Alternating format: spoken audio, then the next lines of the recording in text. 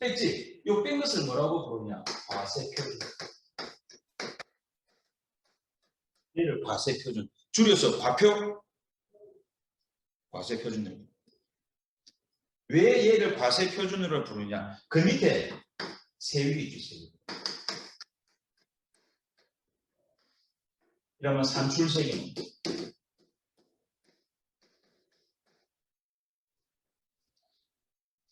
여기 세율이 있죠, 그죠? 세율.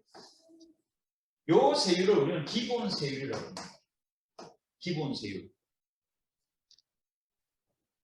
기본 세율이다 이러면 얘를 말해요. 기본 세율. 그럼 261페이지 보세요. 261페이지 보면은 맨 밑에 표 하나 있죠? 과세표준 곱하기 세율. 그 맨 밑에 보세요. 이제 그 밑에까지 다 할 겁니다. 그 밑에 보면은 뭐 종합소득 과세표준 곱하기 기본 세율 돼 있죠? 기본 세율. 그 기본 세율 동그라미. 그러면 산출세액이 나오죠. 그 요금. 자, 이 세율을 적용할 대상을 과세표준이라고 합니다. 과세표준. 줄여서 과표. 줄여서 과표. 과표가 있다. 그 밑에가 세율일 거야. 세율을 적용할 대상을 과표라 합니다.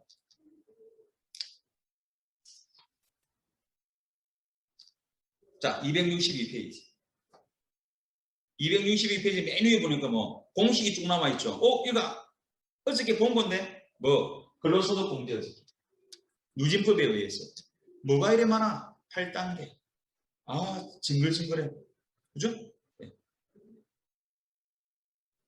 요거 공식 어떻게 나오는가 한번 쫙 해보겠습니다. 왜? 근로소득 공제에서 했거든. 했기 때문에 지금은 간단하게 나옵니다. 1200이야. 알아두세요. 1200이야 6%. 공식 시험 안 나옵니다. 자, 1200에서 거기 얼마? 4600. 9도에 15%. 이런 건 무슨 법? 누진법. 그래서 누진세라고 누진세. 누진세. 누진세율. 거기에 8,800. 9도에 24%. 세율은 매년 바뀔 수 있습니다. 8,800 위에 1억 5천.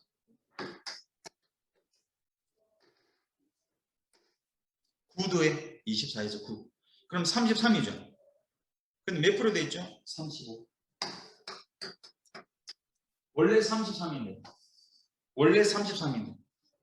처음에 35 했다가 못 바꾸고 있는 겁니다. 왜? 부자잖아. 고소득이죠. 1억 5천 위에 3억. 35% 위에 38%.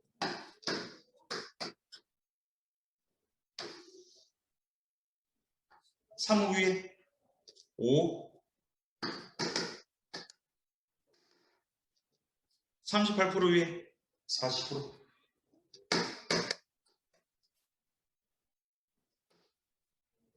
5 위에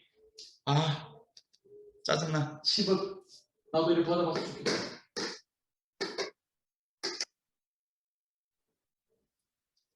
42%.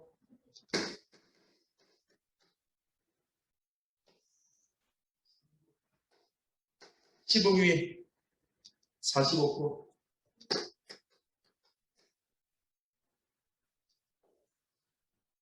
그럼 10억 위에 45%. 야, 그러면 4억 5천? 이거 아니죠? 4억 5천 아닙니다. 그게 무식한 거예요. 몰라서 그런 거죠. 누진법이죠. 여기서 여기까지는 6%하고 요거 15%, 24%, 35%, 38%, 40%, 42%. 10억 초과 된 것만 10억 초과 된 것만 45%입니다. 누진법이죠. 그래서 내가 이걸 한번 아까 근로소득 공개에서 한번 해봤죠. 간단하게 해서. 너무 많죠? 몇 가지만 하고 끝낼 겁니다. 자, 1200 이하 6%. 이거 기억하세요. 이거는 기억. 자, 예를 들어서 1200이다. 1200까지는 2%. 얼마? 72만 원. 그럼 요 사이는 1200까지는 72만 원이다. 1200까지는 72만 원.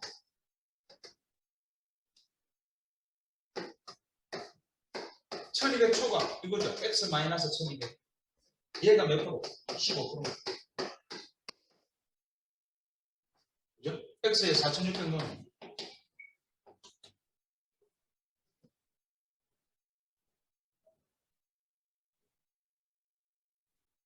582만 원. 이러면 582만 원. 그러면 4600까지는 무조건 582만 원. 계산.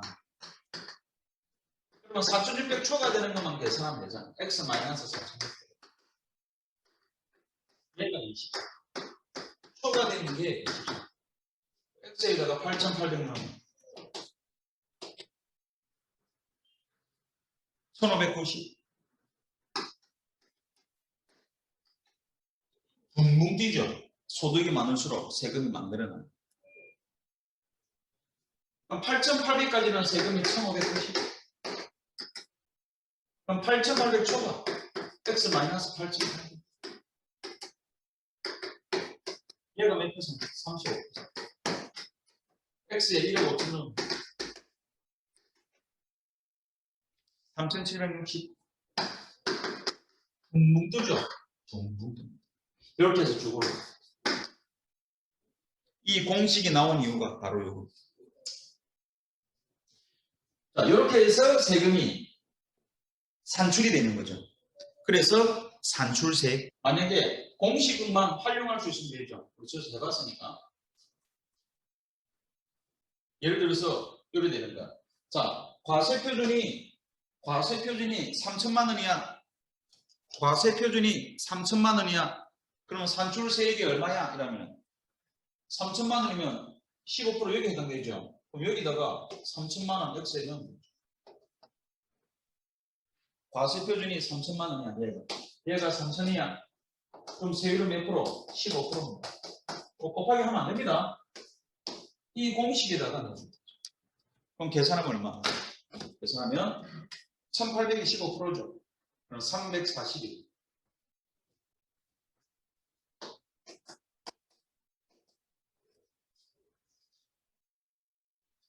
공식 이용하면 만약에 과세표준이 5천만 원이다. 그럼 여기죠.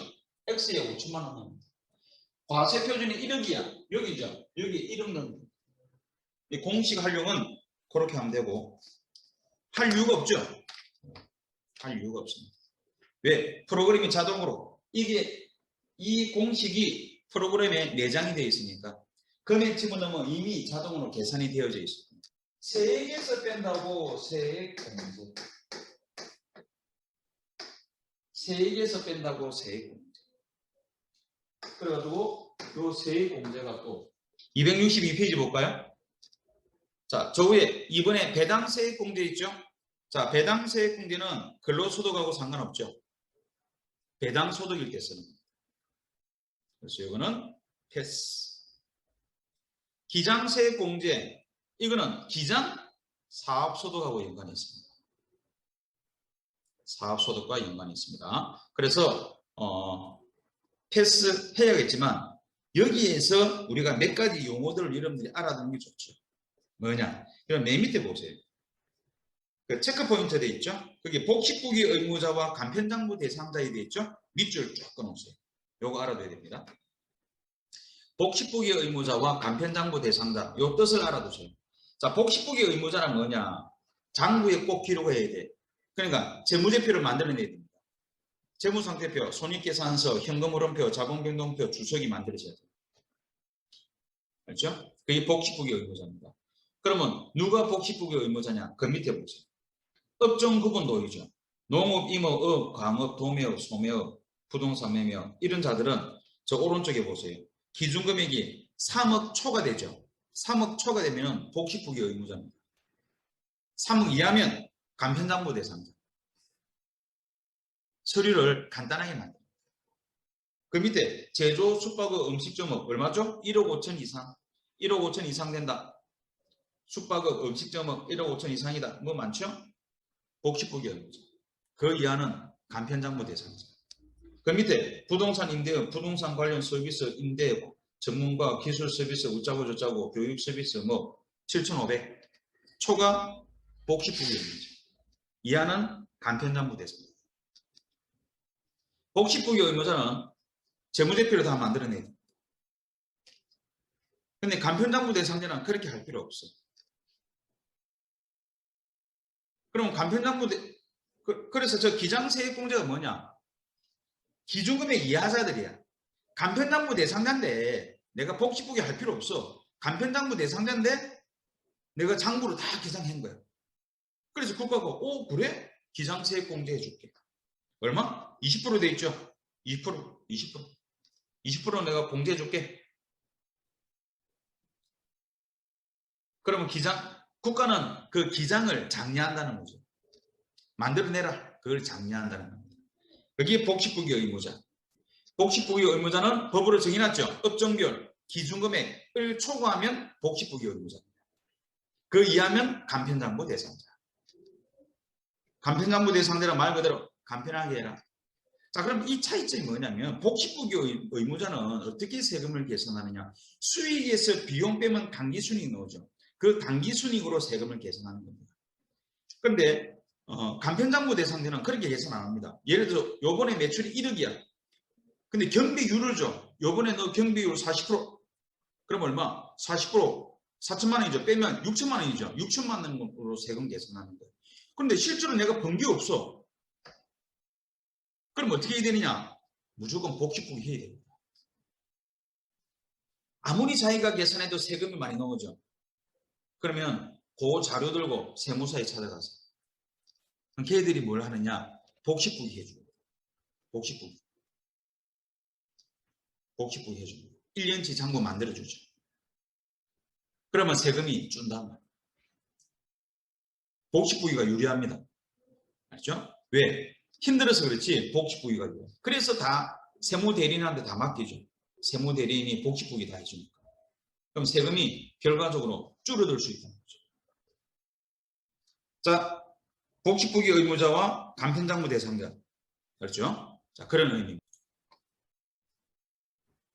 자, 외국납부세액공제 돼 있죠. 외국납부세액공제는 예를 들어서 자, 우리 회사가 일본에 지사가 있습니다. 그래서 내가 일본에 뭐 한 몇 년 갔다 와야 돼. 일본에 갔습니다. 그럼 일본 안에서 월급을 받죠. 우리 지사 안에서. 그럼 세금 일본에 냅니다. 우리나라도 마찬가지입니다. 우리나라에 외국인들 많이 들어와 있죠. 우리나라에서 돈 벌죠. 우리나라에 세금 내듯이. 내가 일본에 건너갔죠. 지사에. 일본에 세금 냅니다. 이거 한국에 또 새로 신고해야 됩니다. 예를 들어서 한국이 세율이 높아. 예를 들었습니다. 한국이 세율이 높다. 예를 들어서. 그럼 내가 만약에 일본에 세금 냈죠. 그럼 한국에 새로 신고해야 돼. 연말정산하듯이. 해서 우리나라가 세율이 높죠. 그럼 세금 추가로 더 내야 돼. 외국에 납부한 거 빼고. 근데 만약에 한국이 세율이 낮아. 일본이 세율이 높아. 예를 들어서. 그래서 일본에 세금 많이 냈죠. 그래가지고 한국에 신고합니다.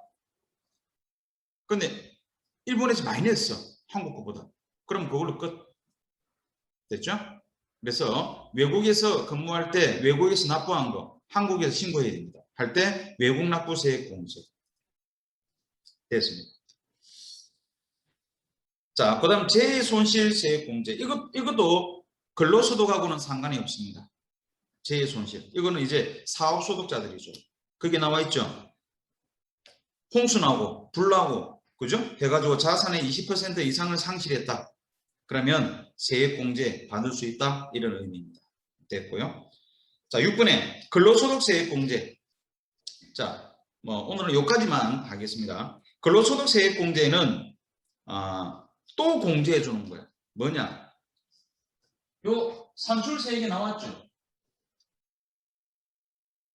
산출세액 나왔죠. 나왔으면은 여기서 55%를 또 공제해 줍니다. 사실 이것도 뭐 한도 계산하고 이게 있습니다. 자, 예를 들어서 요 산출세액이 130만 원. 130만 원을 기준으로 해서 만약에 130만 원 이하냐 초과냐? 130만 원 이하다. 그러면은 130만 원 이하면 55%. 130만 원 이하면 55%. 초과되면 30%. 이것도 누진법이네. 그죠?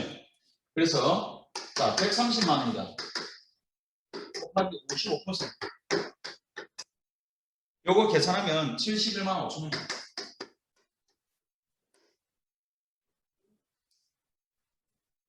초과되죠. 그러면 71만 5천 원. 플러스 x 마이너스 130. 얘가 30%.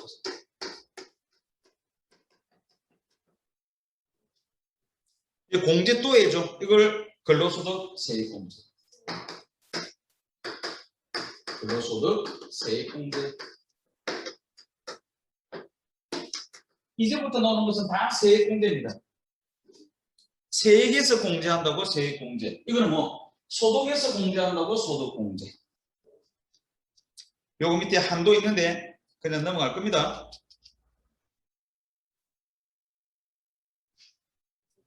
자, 뭐 때문에 그러냐면은 일용직 때문에 요까지 계산이 되겠다. 자, 일용직 있죠?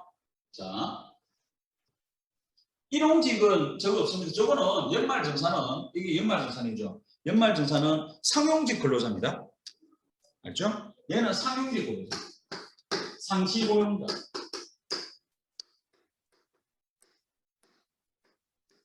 상용직 근로자. 그러면 일용직 근로자는 어떻게 계산하느냐? 일용직 근로자는 연말정산 자체가 없습니다. 일용직 근로자는 연말정산 안 합니다. 매일 해. 매일 하루하루 매일. 예를 들어서 하루 일당이 20만 원이다. 20만 원 정도 돼야 세금이 나옵니다. 왜? 하루 일당 20만 원.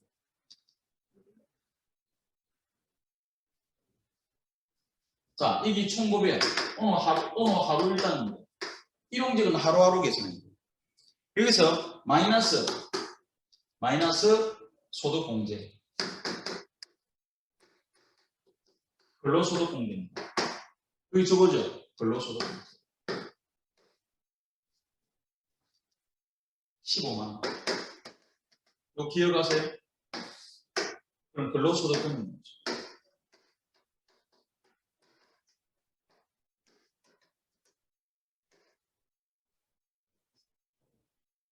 이거 15만 원. 이게 원래 앞에서 봐야 되는데 그럼 어디 있었냐면은 그냥 넘겨버렸습니다.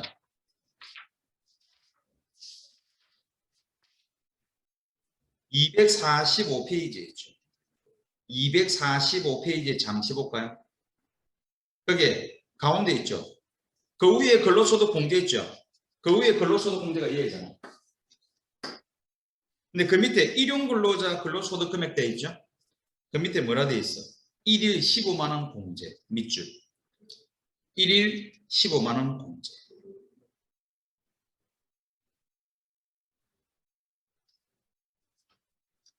됐죠? 1일 15만 원 공제. 상용직은 저런 식으로 계산하는데, 그죠? 5단계로 그죠? 이거는 15만 원. 그냥 15만 원입니다. 그러면 5만 원.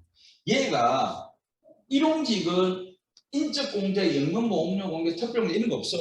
얘가 바로 과세표준입니다. 그래도 바로 곱하기 세율. 왜? 곱하기 세율이니까 얘가 과세표준이죠. 그럼 이거는 뭐야? 무조건 1200 이하겠죠? 1200 이하는 몇 프로예요? 6%죠. 그죠? 그러면 산출세율이 되죠. 과세표준. 얼마? 3,000원. 여기서 또 소득공제 하죠. 세액공제.